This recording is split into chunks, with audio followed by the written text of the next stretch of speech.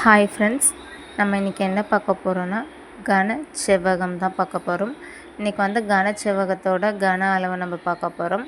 இது 9th புக்கில் இருக்கிற ஒரு எக்ஸசைஸ் கொஸ்டின் தான். வாங்க கொஸ்டின்குள்ளே போகலாம்.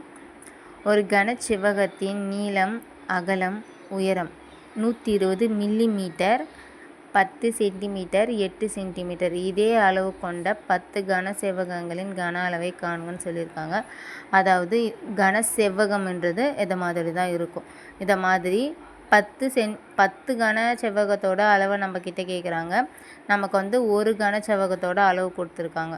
ஸோ நம்ம இதோட கன அளவை கண்டுபிடிச்சோன்னா மட்டும்தான் இன்ட்டு 10 போட்டோம்னா நமக்கு 10 கன செவ்வகத்தோட கன அளவு நமக்கு கிடச்சிரும். ஓகேங்களா?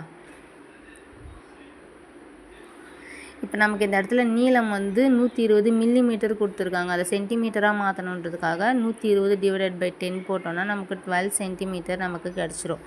கன அளவு L/B/H. கன அளவு இதோட ஃபார்முலா. ஓகேங்களா? இதையும் நம்ம மனப்பாடம் பண்ணி வச்சுக்கணும். ஸோ அது இங்கே கொஞ்சம் மிஸ்டேக் ஆகிடுச்சு, சாரி. எல்லுக்கு என்ன கொடுத்துருக்காங்க இந்த இடத்துல நமக்கு 12 கண்டுபிடிச்சோமா?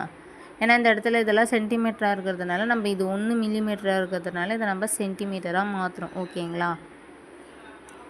12 ப்ளஸ் பேஸ்னால் அகலம், அதுக்கு 10 ப்ளஸ் ஹைட் 8. இதை இன்ட்டு பண்ணி போட்டோன்னா 960 நமக்கு கிடச்சிருச்சு. ஓகேங்களா?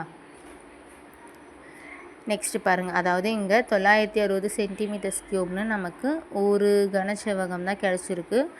இங்கே ஆனால் நமக்கு 10 கனசெவ்வகம் கேட்டிருக்காங்க. ஸோ 10 கனசெவ்வகத்தோட கன அளவுன்னு பார்த்தோம்னா 10 × 960.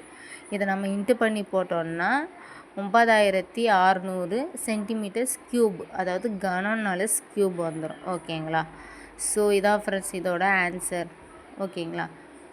உங்களுக்கு இதை மாதிரி ஸ்கூல் புக் கொஸ்டின்ஸ் வேணும்னா நம்மளோட சேனலை ஃபாலோ பண்ணிக்கோங்க. தேங்க்யூ.